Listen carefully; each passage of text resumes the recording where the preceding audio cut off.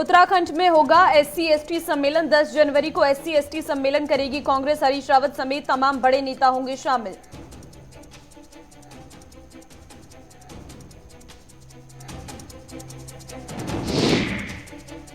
उत्तराखंड चुनाव को लेकर तैयारियां जारी। आज खटीमा के दौरे पर रहेंगे सीएम धामी। सरकार में हुए कामों और भविष्य की योजनाओं का देंगे ब्यौरा।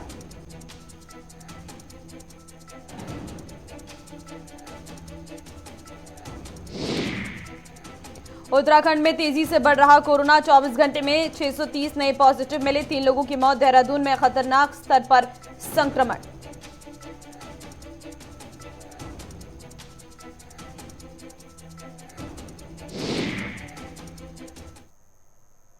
नमस्कार, बहुत स्वागत है आप सभी का। मैं आपके साथ ममता तिवारी। बुलेटिन की शुरुआत करते हैं सबसे पहले बात उत्तराखंड विधानसभा चुनाव की कर लेते हैं, जिसकी तैयारियां लगातार तेज होती जा रही हैं। आपको बता दें बीजेपी ने पूरी तैयारियां कर ली हैं उत्तराखंड विधानसभा चुनाव को लेकर। और आपको ये भी बता दें कि आज खटीमा के दौरे पर रहेंगे सीएम धामी। सरकार के 5 साल नए इरादे युवा सरकार कार्यक्रम में शामिल होंगे और सरकार में हुए कामों और भविष्य की योजनाओं का ब्यौरा प्रस्तुत करेंगे। तो फिलहाल आज खटीमा के दौरे पर रहने वाले हैं सीएम धामी और मुख्यमंत्री। आज जूनियर हाई स्कूल चटिया खटीमा में सरकार के 5 साल नए इरादे युवा सरकार कार्यक्रम में 11:30 बजे शामिल होंगे। इस दौरान बीजेपी सरकार में हुए कामों को बताने के लिए और साथ ही साथ भविष्य की योजनाओं पर चर्चा करेंगे। तो खटीमा आज सीएम धामी पहुंच रहे हैं और सरकार के 5 साल के कामकाज के बारे में आज सीएम धामी जानकारी देते हुए नजर आएंगे। और जिस तरीके से इस बार युवा मुख्यमंत्री को जगह दी गई है, ऐसे में महत्वपूर्ण हो जाता है सीएम का ये दौरा।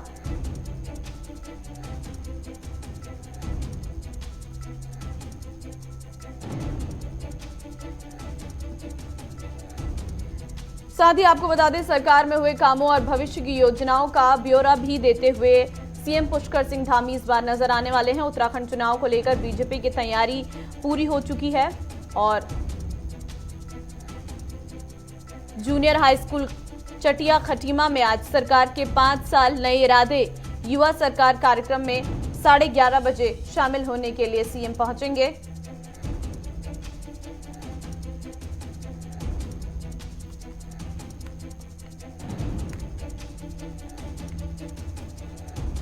उत्तराखंड में सरकार ने जिस तरीके से काम किया है, साथ ही साथ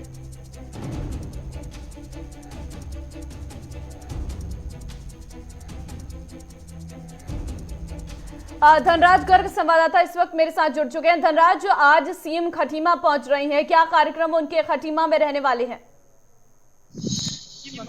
आपको बता दें 2022 का चुनाव नजदीक आ रहा है, तो उसी को देखते हुए मुख्यमंत्री पुष्कर सिंह धामी लगातार एक्शन मोड में नजर आ रहे हैं। कि आप देख रहे होंगे कि लगातार जिलों का दौरा मुख्यमंत्री पुष्कर सिंह धामी करते हुए नजर आ रहे हैं और तमाम योजनाओं का शिलान्यास भी करते हुए नजर आ रहे हैं। वहीं आज का जो दौरा है वो कहीं ना कहीं मुख्यमंत्री पुष्कर सिंह धामी का खटीमा जाने का दौरा है और खटीमा में जाकर वो जो सरकार के 5 साल पूरे हो चुके हैं उसको लेकर कार्यक्रम किया जा रहा है, उसमें प्रतिभाग करेंगे और वहां पर कहीं ना कहीं कुछ योजनाएं भी जो उत्तराखंड की जनता है उसके हवाले कर सकते हैं। क्योंकि आप देख रहे होंगे ममता की लगातार मुख्यमंत्री पुष्कर सिंह धामी जहाँ भी जाते हैं वहाँ कुछ ना कुछ घोषणा करके जरूर आ रहे हैं। तो ये माना जा रहा है कि जो खटीमा का जो दौरा आज का होगा उसमें भी वो कुछ घोषणाएं कर सकते हैं और कई योजनाओं का शिलान्यास भी कर सकते हैं।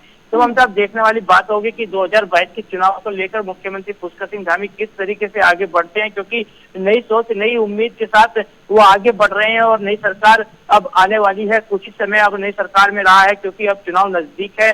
तो इसको देखते हुए कहीं ना कहीं दोबारा से सत्ता हासिल करने के लिए बीजेपी लगातार जो काम है वो लगातार कर रही है और जो अपनी योजनाएं है कि मुख्यमंत्री पुष्कर सिंह धामी इस कार्यक्रम के माध्यम से जो अभी तक योजनाएं चलाई हैं उसका ब्यौरा जनता के सामने रखेंगे और तमाम जो ब्यौरा आगे की योजनाएं भी हैं उनका भी ब्यौरा वो जनता के सामने रखेंगे। ममता बिल्कुल धनराज, लेकिन जानकारी दीजिए आज क्या प्रमुख रहने वाला है, क्योंकि 5 साल की कामकाज को सरकार को बताना है, और खासकर इस जो नई स्कीम जिसके बारे में नए इरादे, युवा सरकार, ये भी महत्वपूर्ण बिंदु इसमें देखने को मिल रहा है, क्योंकि इससे पहले 5 साल का कार्यकाल तो चलिए सरकार दिखा रही है, लेकिन युवा सरकार के तौर पर इसे पेश कर रही है।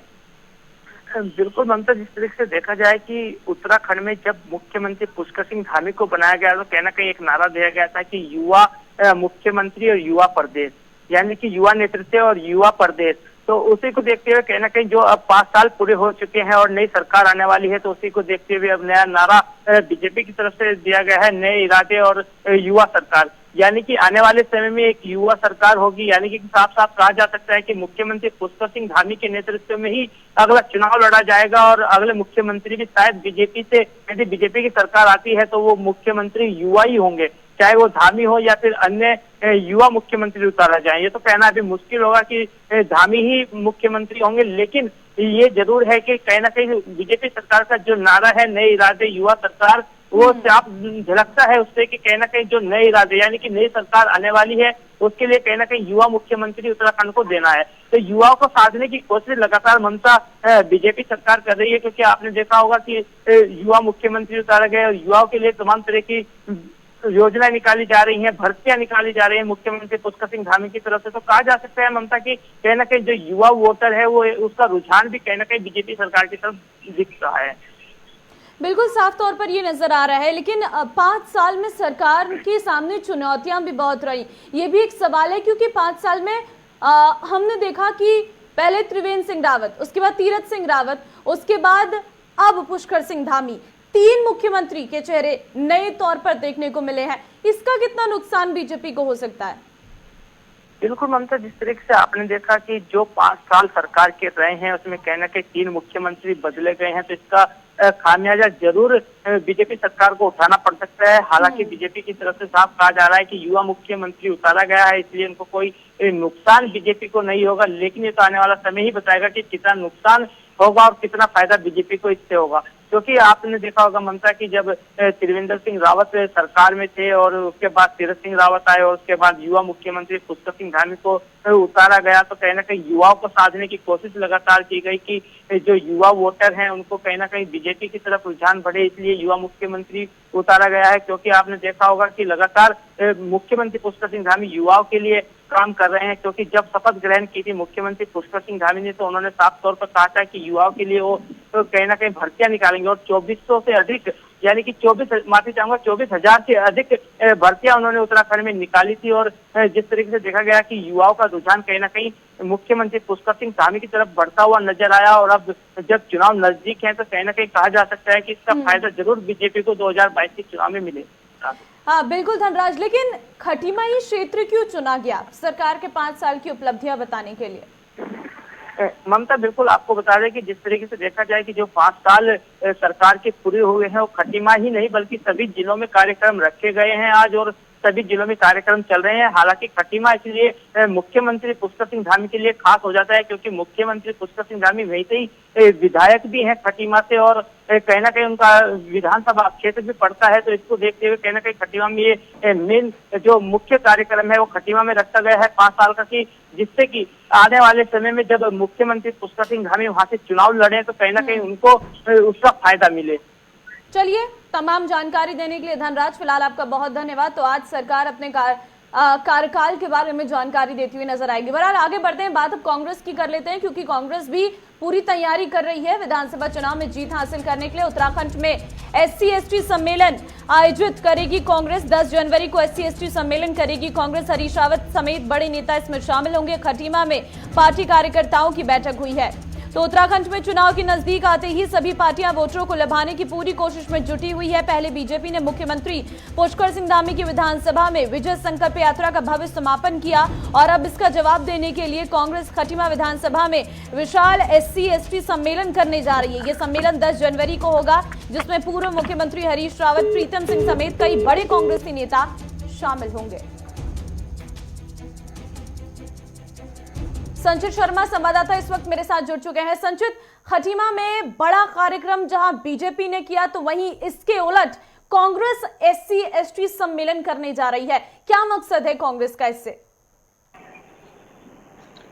देखिए ममता, जो कांग्रेस पार्टी है वो SC ST सम्मेलन खटीमा में करेगी, क्योंकि वो मुख्यमंत्री जो वर्तमान में उत्तराखंड के अंदर पुष्कर सिंह धामी है, उनकी विधानसभा है।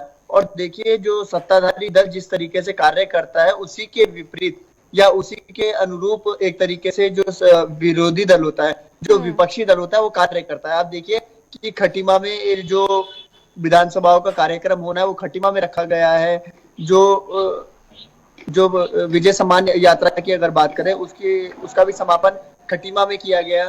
तो कहीं ना कहीं खटीमा में जो भारतीय जनता पार्टी अपने आप को मजबूत करने का काम कर रही है, क्योंकि वो पुष्कर सिंह धामी की विधानसभा है। तो आप देखिए कांग्रेस पार्टी भी अपने आप को खटीमा में मजबूत करना चाहती है, उस सीट पर मजबूत करना चाहती है, क्योंकि देखिए अगर मुख्यमंत्री खटीमा से टिकट उनको मिलता है और वो खटीमा से चुनाव लड़ता है, तो कहीं ना कहीं कांग्रेस चाहती है कि वो वहां से चुनाव लड़े, क्योंकि देखिए जो विरोधी दल होता है वो चाहता है कि उनकी सीटों में बढ़ोतरी हो। तो आप देखिए जो हरीश रावत है वो लगातार, अगर आपने बात करी SC ST सम्मेलन की, तो अभी कुछ दिन पहले ही जो यशपाल आर्य हैं वो भारतीय जनता पार्टी से छोड़ करके कांग्रेस पार्टी में शामिल हो गए और वो SC ST कम्युनिटी से आते हैं। तो कहीं ना कहीं देखिए लगातार हरीश रावत काफी दिन से बयानबाजी या ट्वीटबाजी के जरिए बता रहे थे कि वो अगर दलित मुख्यमंत्री उत्तराखंड को मिलता है तो उससे क्या फायदा होगा। और कहीं ना कहीं आप देखिए जो सम्मेलन रखा गया है, इससे जो दलित जो लोग हैं उनको टारगेट किया जाएगा, उस वोट बैंक को मजबूत करने का काम हरीश रावत करेंगे। क्योंकि देखिए हरीश रावत कांग्रेस का एक बड़ा चेहरा है और वो जानते हैं कि राजनीति में किस तरीके से कौन से समय में क्या स्टंट खेला जाए जिससे उनको माइलेज मिले। क्योंकि विधानसभा चुनाव आने और विधानसभा चुनाव की दृष्टि से अगर बात करें तो लगातार उत्तराखंड के अंदर दोनों ही पार्टियां, आम आदमी पार्टी की अगर बात ना करके कांग्रेस और भारतीय जनता पार्टी की बात करें, तो दोनों ही पार्टियां अपने अपने तरीके से जो जनता है उनको लुभाने का काम कर रही है, वोटरों को मजबूत करने का काम कर रही है। देखिए पहले राजनीति जो शुरू हुई थी वो सैनिकों से शुरू हुई, फिर वो महिलाओं पे गई, और अब देखिए जो दलित वोट बैंक है अब उसकी राजनीति शुरू हो गई। अब देखना ये होगा कि इसके विरोध में या इसके विपरीत या इसके अनुरूप अगर बात करें तो जो दूसरे दल हैं वो किस तरीके से कार्य करेंगे ममता। लेकिन संचित, इस बार खटीमा की जो सीट है वो बहुत दिलचस्प होती हुई नजर आ रही है। खटीमा को दोनों ही पार्टियां चुनती हुई नजर आ रही है। ऐसे में क्या लग रहा है, इस बार कांग्रेस खटीमा से कोई एक बड़ा चेहरा तो नहीं उठाने जा रही है? देखिए ममता, खटीमा कोई बड़ी सीट होगी ये अभी कहा नहीं जा सकता, क्योंकि आप देखिए अभी फिलहाल के लिए वो बड़ी सीट इसलिए है क्योंकि मुख्यमंत्री वहां से आते हैं, मुख्यमंत्री की विधानसभा है। और देखिए माना जाता है कि मुख्यमंत्री अगर अपनी सीट से हार जाए या मुख्यमंत्री अपनी सीट छोड़ दे या कहीं और से चुनाव लड़ जाए, अगर मुख्यमंत्री हार जाते हैं चुनाव तो माना जाता है कि पार्टी का नेतृत्व कमजोर था। और आप देखिए इस वक्त उत्तराखंड की जो कमान है वो पुष्कर सिंह धामी के हाथ है। पुष्कर सिंह धामी अगर दोबारा खटीमा से चुनाव लड़ते हैं तो वहां पर कांग्रेस उनके विरोध में कहीं ना कहीं अपने जो करेंगे उसको मजबूत करने का काम कर रही है। और देखिए और सीटों पर तो काम चल ही रहा है, कांग्रेस अपने आप को और सीटों में मजबूत करेगी, क्योंकि कांग्रेस के पास 11 सीट है और भारतीय जनता पार्टी के 57 सीट है। तो दोनों पार्टी की अगर कवायद की बात करें तो कांग्रेस पार्टी के सामने जो बड़ी चुनौती है वो 11 से बहुमत तक जाने की है, और जो भारतीय जनता पार्टी के सामने चुनौती है वो 57 सीटों को बचाने की है। तो उसी के अनुरूप जो रणनीति बन रही है, दोनों ही पार्टी अपने अपने तरीके से रणनीति बना रही है, लेकिन अभी तक टिकट कौन सी सीट पर कौन सा चलिए इस पर अमल होना भी बाकी है। चुनाव लड़ेगा, ये जानकारी देने के लिए फिलहाल आपका बहुत धन्यवाद। तो लगातार हर पार्टी अपने आप को मजबूत करने की कोशिश कर रही है और इसी कवायद में कांग्रेस भी अब SC ST सम्मेलन करती हुई नजर आ रही है। फिलहाल एक और अहम जानकारी की ओर रुख करते हैं और बात अब अगली खबर की कर लेते हैं। दरअसल आपको बता दें कि एक महत्वपूर्ण जानकारी इस वक्त निकलकर सामने आ रही है। उत्तराखंड में तेजी से कोरोना के मामले बढ़ रही हैं। आपको बता दें 24 घंटे में 630 नए पॉजिटिव मरीज मिले हैं, 3 लोगों की मौत भी हुई है। देहरादून में खतरनाक स्तर पर इस वक्त संक्रमण फैला हुआ है। देहरादून में सर्वाधिक 268, हरिद्वार में 119 केस इस वक्त निकलकर सामने आ रही हैं। तो कोविड का प्रकोप लगातार बढ़ता जा रहा है और जिस स्तर पर कोरोना वायरस के मामले सामने आ रही हैं उसने चिंताएं साफ तौर पर बढ़ा दी हैं। और इस वक्त अगर बात उत्तराखंड की करें तो वहां पर कोविड के लगातार केस निकलकर सामने आ रही हैं।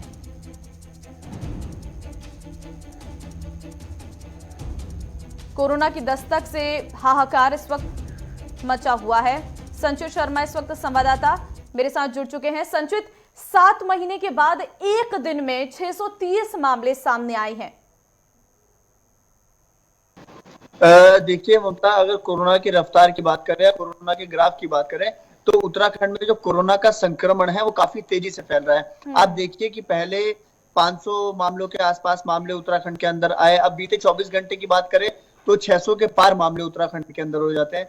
और देखिए, चुनावी रैलियों पर रोक लगाने की बात भी इस वक्त कोर्ट में चल रही है, तो कहीं ना कहीं जो संक्रमण की दर जो उत्तराखंड के अंदर बढ़ी है, यह आपको समझना पड़ेगा। और आप देखिए, एक अनुमान लगाया जा सकता है कि जो रैलियां उत्तराखंड के अंदर हुई, वो चाहे वो किसी पार्टी ने करी, चाहे भारतीय जनता पार्टी ने करी, चाहे कांग्रेस पार्टी ने, चाहे वो आम आदमी पार्टी, तीनों ही पार्टियों की रैलियों में जो भीड़ इकट्ठा हुई, उससे संक्रमण की जो दर है ये वो तेजी से बढ़ी उत्तराखंड के अंदर। और देखिए, इसका जो खामियाजा है वो आम जनता को उत्तराखंड के अंदर भुगतना पड़ेगा।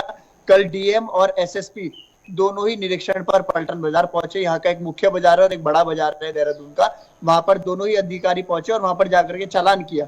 तो वहां पर जो व्यापारी वर्ग था, उन्होंने बाद में बात करते हुए विरोध भी किया। उन्होंने कहा, आप अगर रैलियों पर नियंत्रण नहीं कर सकते तो आप मार्केट में जो छोटे व्यापारी है उनका अगर उनके ऊपर चालान करेंगे तो व्यापार वो किस तरीके से करेंगे। और देखिए, सरकार की जो नीतियां है या सरकार के अधिकारियों की बात करें, जो दफ्तर में बैठ के आईएएस अफसर जो नीतियां बनाते हैं, उनका विजन क्लियर नहीं है।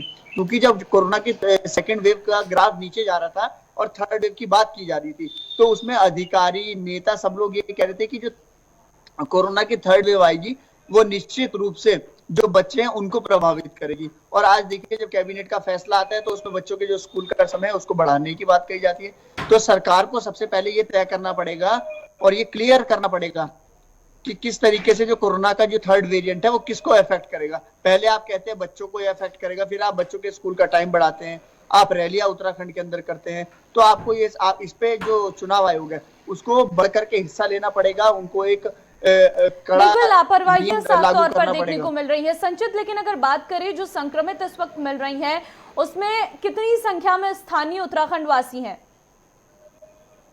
देखिए, मैं आपको बताऊं ममता, जो स्थानीय लोगों की अगर बात करें, जो संक्रमण का दर है, देखिए कॉन्टैक्ट ट्रेसिंग अभी तक इस तरीके से नहीं हुई, लेकिन ये सारे ही लोग उत्तराखंड के लोग हैं। इनमें अगर कुछ लोगों की बात करें, कुछ रेशियो की बात करें तो बाहर के लोग हैं, लेकिन निश्चित रूप से अगर जो संख्या की बात करें या एक बड़े रेशियो की बात करें तो वो उत्तराखंड के ही लोग हैं।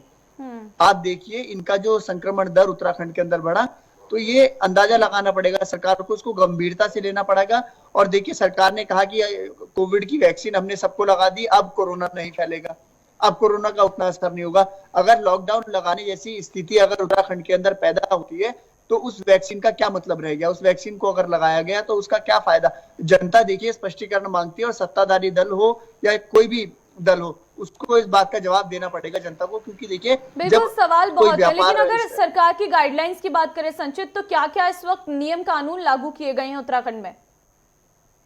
देखिए, उत्तराखंड में जो कोविड कर्फ्यू था वो पहले 10 से 5 था, अब उसको बढ़ा करके जो कर्फ्यू का समय कर दिया गया है, वो पहले 11 से 5 था, अब 10 से 6 का कर्फ्यू का समय रात्रि कर दिया गया है। लेकिन जो दिन की स्थिति है उसमें साफ तौर पे कहा गया है कि कोविड अनुरूप प्रोटोकॉल का पालन करना होगा। लेकिन वो पालन कहाँ से होगा? देखिए, जो सत्ताधारी दल है या जो नेता लोग हैं, जब तक वही एग्जाम्पल नहीं सेट करेंगे, देखिए जो नियम कानून बनाने वाले लोग हैं, जब तक वो नियम कानून को पालन नहीं करेंगे, वो आम जनता से कैसे उपेक्षा कर सकते हैं, क्या कैसे उम्मीद कर सकते हैं कि वो लोग इस नियम कानून को माने? देखिए, जब नेता लोग ही लापरवाही दिखाएंगे तो जनता खुद ब खुद लापरवाही होती नजर आती है। हालांकि उत्तराखंड सरकार ने इस पर थोड़ा नियंत्रण किया है।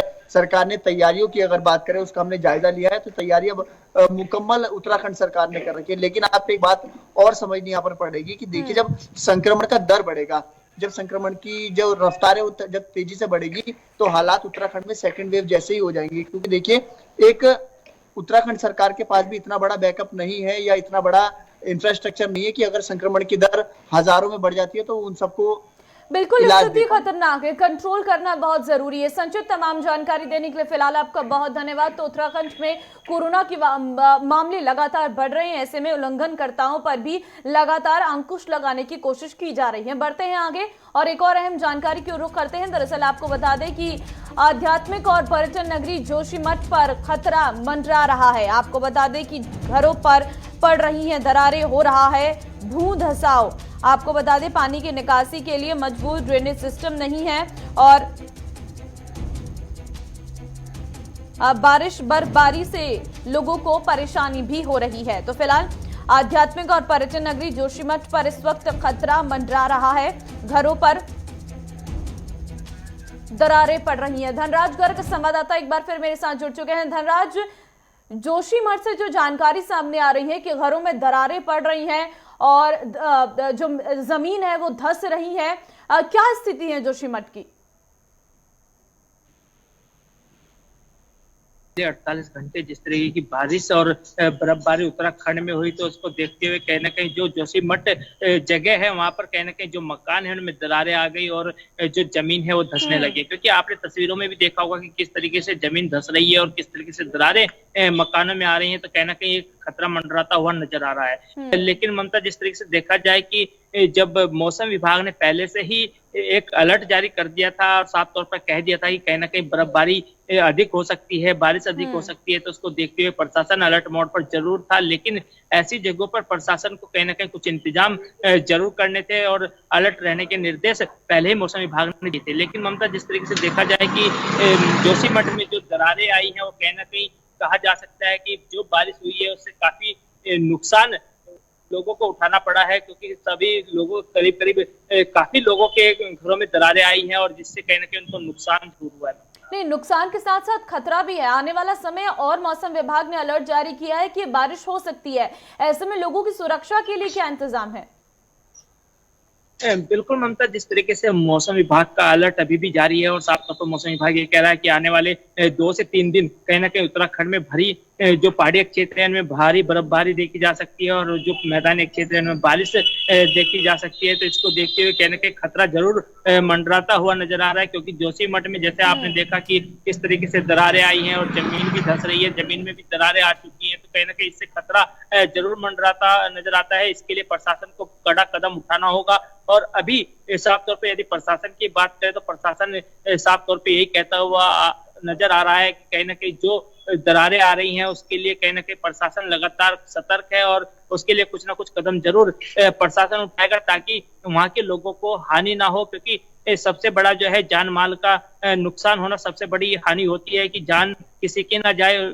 भले ही नुकसान जरूर होता है लेकिन जो भरपाई सरकार की तरफ से की जाती है वो की जाएगी। बिल्कुल इसकी जरूरत है। चलिए धनराज, तमाम जानकारी देने के लिए फिलहाल आपका बहुत धन्यवाद। तो जिस तरीके से जोशीमठ के हालात है, चुनौतियां इस वक्त लोगों के सामने साफ तौर पर हैं। फिलहाल आगे बढ़ते हैं और एक और अहम जानकारी आपको देते हैं। दरअसल आपको बता दें कि भारत और नेपाल के बीच बनने वाले जो ब्रिज है उसे कैबिनेट की मंजूरी मिल चुकी है। दरअसल भारत और नेपाल के रिश्तों को मजबूत करने के लिए बहुत जल्द उत्तराखंड के धारचूला में महाकाली नदी पर एक ब्रिज बनाया जाएगा। इस ब्रिज के लिए जल्द ही MOU साइन होगा। कैबिनेट की बैठक के बाद केंद्रीय खेल, युवा कार्यक्रम और सूचना प्रसारण मंत्री अनुराग ठाकुर ने इस संबंध में जानकारी देते हुए कहा कि भारत और नेपाल के बीच उत्तराखंड के धारचूला में महाकाली नदी पर ब्रिज बनेगा। यह हमारे नेपाल से बेटी रोटी के रिश्ते को और मजबूत करेगा।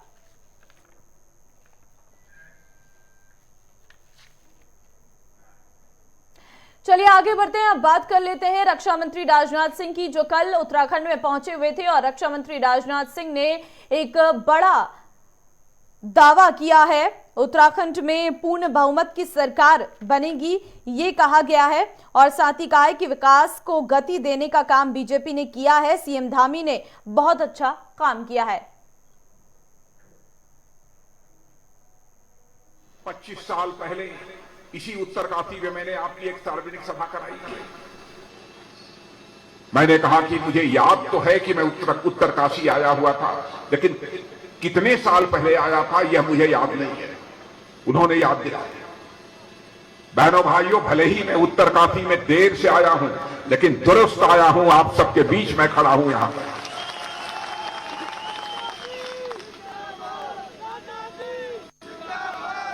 हम हिंदुस्तान में जहां भी रहे हों, जिस भी जिम्मेदारी का हमने निर्वाह किया हो, बहनों भाइयों, उत्तराखंड के प्रति जो हम लोगों के दिल में एक सम्मान है,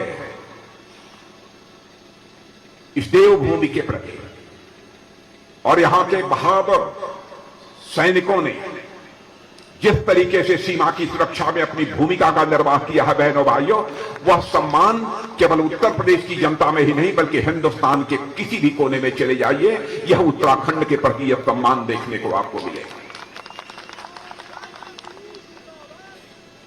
अब चुनाव का समय आ गया है और आप जानते हैं कि चुनाव का चक्कर, चुनाव का चकल्लस कितना पेचीदा होता है। सारी राजनीतिक पार्टियां इस समय मैदान में उतर चुकी हैं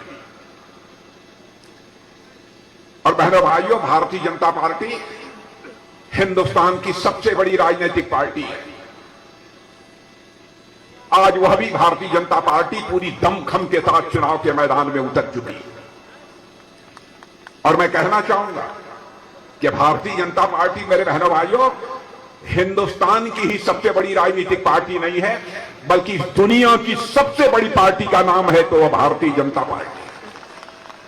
आज उस भारतीय जनता पार्टी की रैली में शिरकत करने के लिए इतनी बड़ी संख्या में आप सब यहां पर मौजूद हैं। चलिए फिलहाल खबरों में बस इतना ही। आप बने रहिए हमारे साथ। नमस्कार।